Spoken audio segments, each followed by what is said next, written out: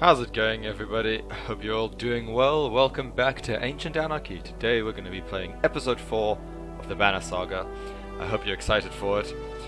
So, I hope everyone's doing great. I've just been writing exams, so I'm tired. And I'm not even sure how much content I'm going to be able to get out after exams because I'm busy with other things, but I'm going to make sure I do a few videos for the holidays and whatnot. Cool. So let's just get in here. If you haven't seen episode 3, I suggest you go check that out. I'll put a link in the description. Yeah, let's begin. We were at last at the Godstone Rivaldir, Watcher of the Wilds.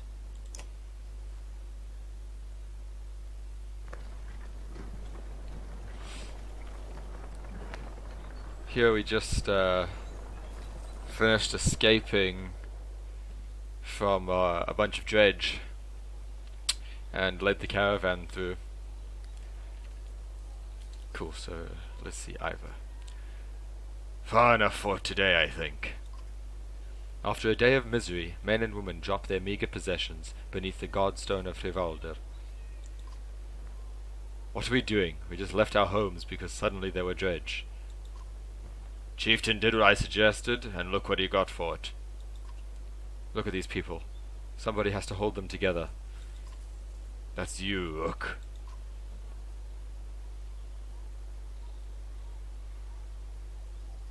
What do we do if we run into more dredge? You mean when? I'll be honest with you. These men can't take on dredge by themselves. I expect we'll lose 2 for every slag we take down. So we run? Only if you want to lose women and children. We're going to have to fight, and there are going to be deaths. Gods be damned. Why is this happening? Think of how I feel. I'm stuck nursing a bunch of weaklings. You do care, I can tell. Fair. Men are a plague on the world, worse than any dredge, as far as I can tell. Chats like this are why we get along so well, Ivor. Interesting little discussion there. You sleep poorly, the sun forever stuck to an eternally bright sky. Before the others rise, you find yourself staring over long, low hills covered in pine. The Godstone looms overhead, the massive eyes of Rivaldo looking at the same direction as you. Yeah, inspect the stone. The weathered stone doesn't see many visitors. Not much reason to travel so far east. When hunters come through, they sometimes stop to give offerings, out of habit more than anything else now that the gods are dead. Hridvaldir was the god of hunters and of wild beasts, occasionally seen roaming the land as both man and wolf. He was always depicted in effigy with his terrible spear. You wonder what he'd think about his woods being full of dredge now. A young girl from the caravan approaches you. "I made this for you," she says, handing you a crude necklace carved from a branch she must have found nearby. "Thank you for saving my mama," she says, before running back to her tent. Oh, that's so sad. Back at your tent, you rouse Alette, who clings to your arm until she's completely awake. Bad dreams. Eventually the camp is broken down, and it's time to move on to Frostveller. It feels like an end more than a start. Bjarkenrune. That's what we got, a Bjarkenrune.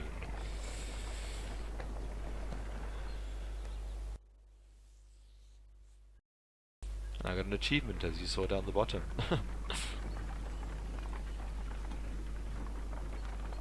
Zoom in here on the caravan. Sad that the zooming is a little bit jolty. It'd be nice if it was smoother, but oh well. The caravan halts when a group of men appear on the trail, weapons at their feet. "We've seen the dredge in your wake," says one. "We don't wish to meet them alone. If you'll let us join you, we'll show you a watering hole with enough animals to fill those supply wagons." An inherent fear of strangers raises mutter from the caravan. "What are you doing out here alone?" "We're hunting here for food. We were hunting here for food when the dredge found our village," says the man. "When we returned..." He looks away, unable to finish. I'm going to let them join because he seems genuinely sad. If you'll be no trouble, come along, you say. The men cautiously join your ranks and prove trustworthy. The hidden watering hole nearby is teeming with animals, and soon your supplies are nicely restocked. Plus 12 fighters, plus 5 renown, plus 18 supplies. That's perfect. During a rest, one of the men get too drunk and end up splashing mead in a warrior's face. A brawl erupts. Many thrown fists and a broken bone later, the instigator, Raffenswarter, is tossed on the ground at your feet. Angry clansman, sorry, looking for satisfaction. His personal defense is a little more than drooling mumbles. I need to read a little bit slower, I think.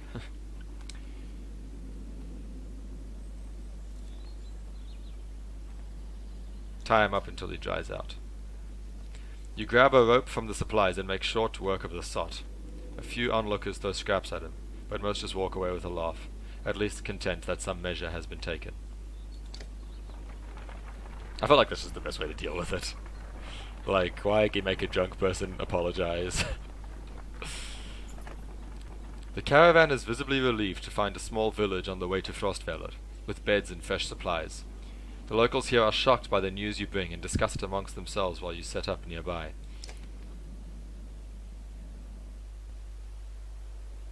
Camping mode again. Let's leave. Let's see.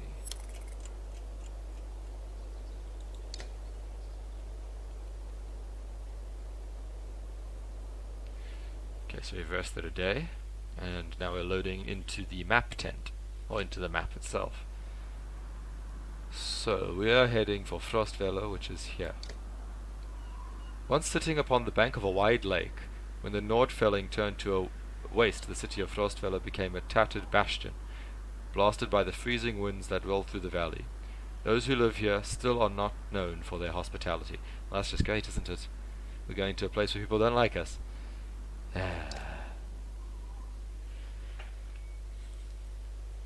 Let's have a look at the hero's tent, and then we'll talk to him. Okay, so we can promote Ivor. We have 40 renown, so we can promote as many people as we like, I think. Gonna promote him. Very nice. Let's see. More armor damage. More strength. No.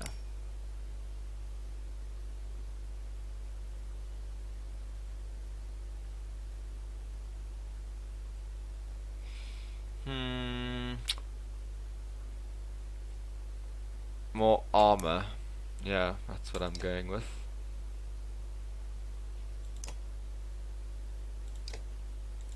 Okay, and now let's... Oh, what's this 2? Why do I see a 2? Okay, I actually don't know what that 2 there is. This... Oh, that can go on him. This can go on any of them. He's not ready to promote. Oh, he is ready to promote. That's good. Confirm his promotion. He isn't ready to promote. She's not ready to promote. And Odlief's not ready to promote. We'll put this on Rook. This can't go on anyone yet. We just need to do this.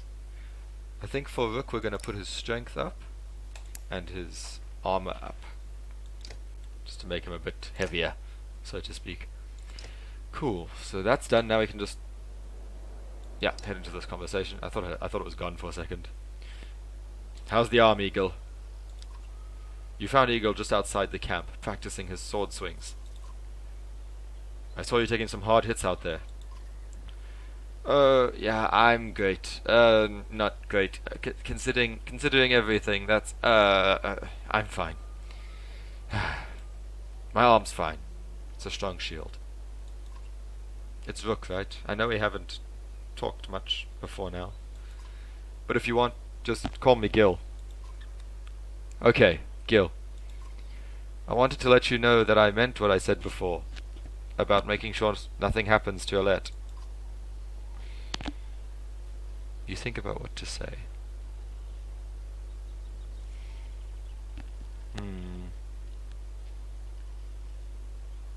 You're protective of Alette, huh? Well, she's I don't want her to get hurt. You can see his cheeks turn bright red. Don't worry, she can take care of herself too. I know, I didn't mean... Easy, Gil, I know what you meant. I've never seen a shield like that before. Yeah, I doubt there's many. My father made this. It's solid metal, really heavy. But I've been practicing with it since I was a kid. I used to spend a lot of the time just getting used to lifting it. He raises it up to show you. I'm pretty good with it now. It's the only thing of my father's I have left. Then, when my mother died, she gave it to me, before she died. Ivor seems to think you're pretty good.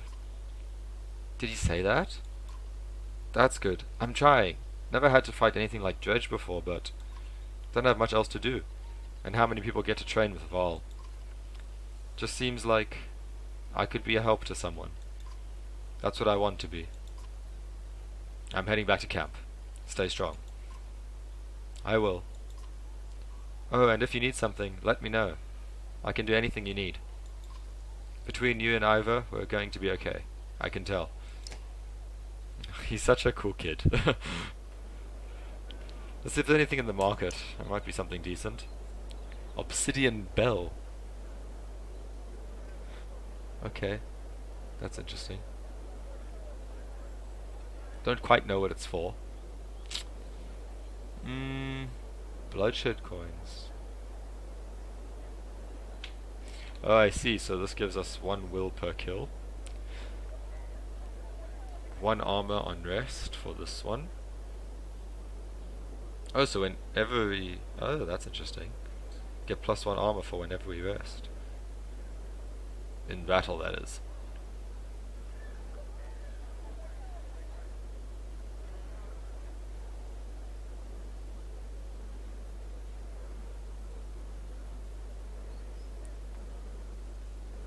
It's actually good to not draw aggro, in my opinion, as much as possible. But I think I'll just take the bloodshed coins. Oh wow, okay, this is actually a really good thing. I actually really want to get this, and I think it's worth it. Even though it's still early game, I'm spending renown like it's going out of fashion, but I think it's worth it. I'm just going to put that one item, these coins, I'm going to just put them onto Egil, I think.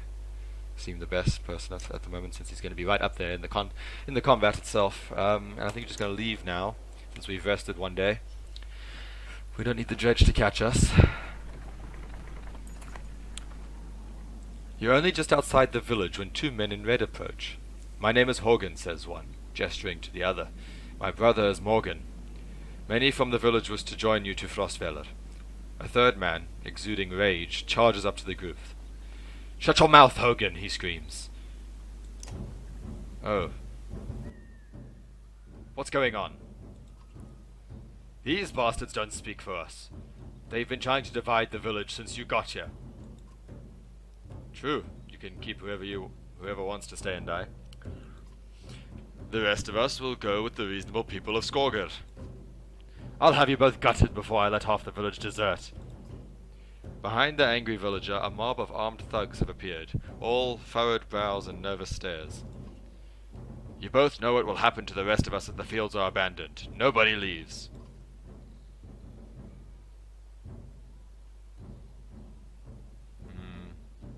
Let your people decide on their own.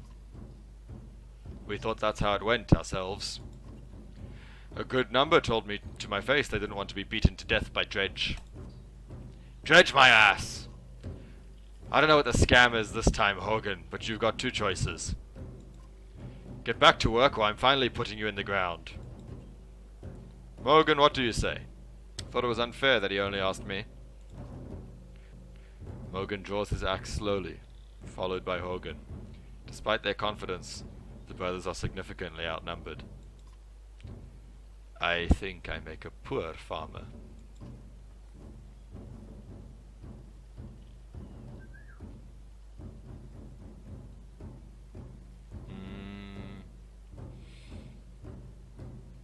Ivor, let's make this a fair fight.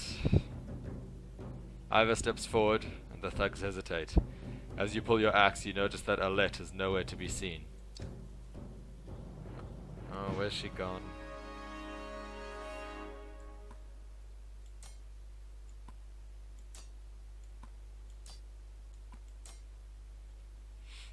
Let's go then. Ready for battle. Tally ho.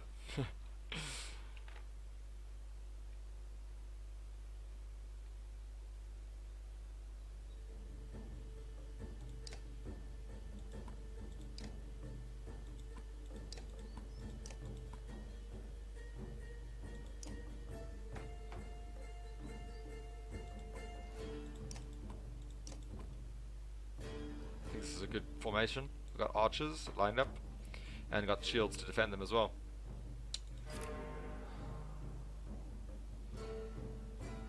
I'm actually going to start off by breaking the formation and just smack this guy's armor.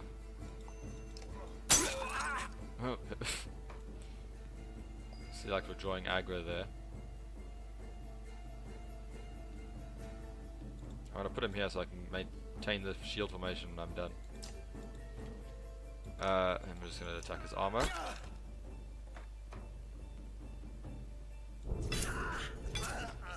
Well, that's interesting.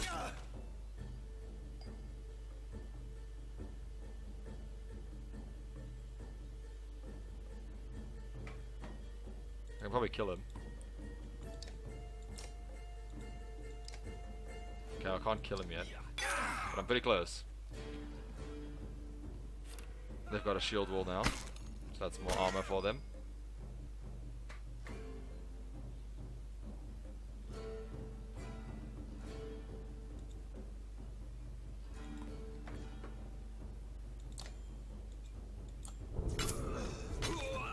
Oh, I see, that's the move that the villagers do as well.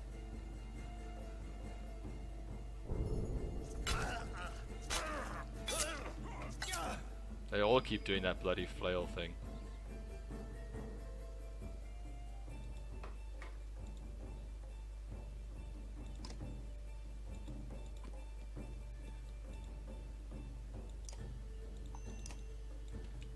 Okay, I'm gonna just keep hitting armor for some of these people. Oh, he's getting taken out. I'll kill this guy though. Promoted! Yay! That's always good. Gosh, and the slicing thing is hectic! I'm actually gonna move him over here to hit this guy. Get that shield wall going.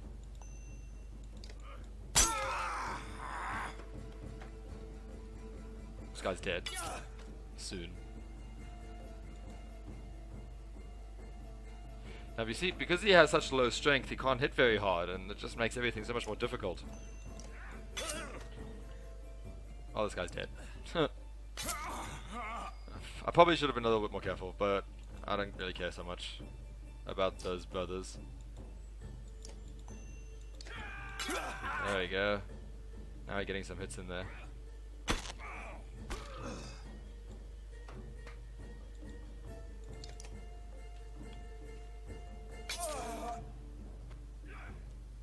Now obviously I don't want the brothers to die, so I hope he's just like injured, that's what normally happens.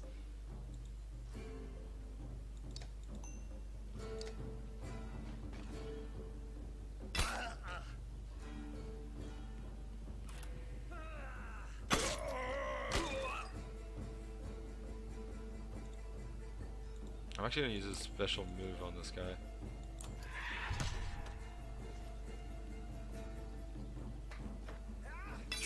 Ooh, that's bad.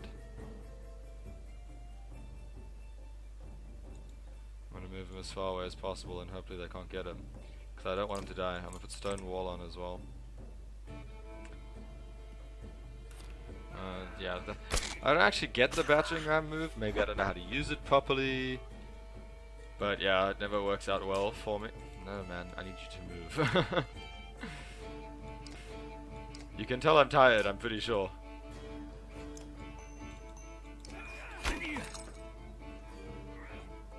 He's gonna start taking lots of damage because he doesn't have any armor. And I really don't want to have to redo this fight.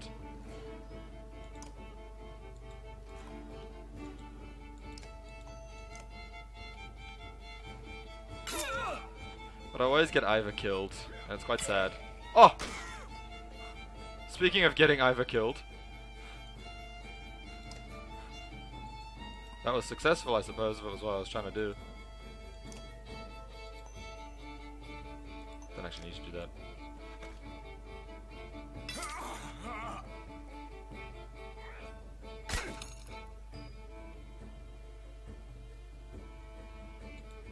He's just gonna have to rest here. Oh no, he's dead. I didn't think they'd actually get there. That's quite sad.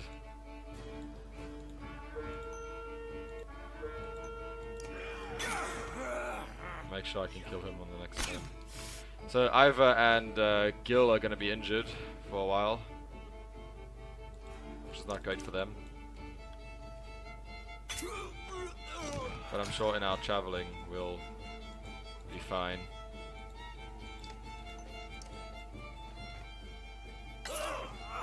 Oh, he's so dead. Well, I can't actually move up for the kill.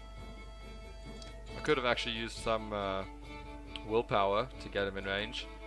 Forgot about that. We'll give him one last chance to give us a hit, I suppose. Oh, and he hits the woman. That's great. We give you a chance to hit someone, you hit the chick. So now an arrow between the eyes. Perfect. That wasn't the best battle, but a bit messy. A few casualties. But hey, we've got 2 promotions out of it. Not too bad. 7 renown. One of the brothers was alive at the end. I'm pretty sure the other one's just injured. The brothers thank you with wide grins. Soon, many of the villagers have joined your caravan. You scan around anxiously for Alette, who had gone missing when the fighting began. Eventually you find her watching from afar. Hogan returns at that moment, introducing you to his son and wife, and you soon set out again. Plus 150 clansmen, 22 fighters, 10 renown, and something supplies. Alette marches quietly alongside the caravan, a little distant since leaving the village. When you stop for a rest, Odlief approaches you both. Alette, I have something for you. Odlief has gathered up the long banner from the caravan and smiles warmly as she passes it to Alette. What's this about? I was hoping you'd sew up the banner with everything that has happened since we left Skorgr. Come find me another time, Book, and we'll talk. Before you can comment, she departs. Dad, oh, so that's how they're related. Dad, are you the chieftain now?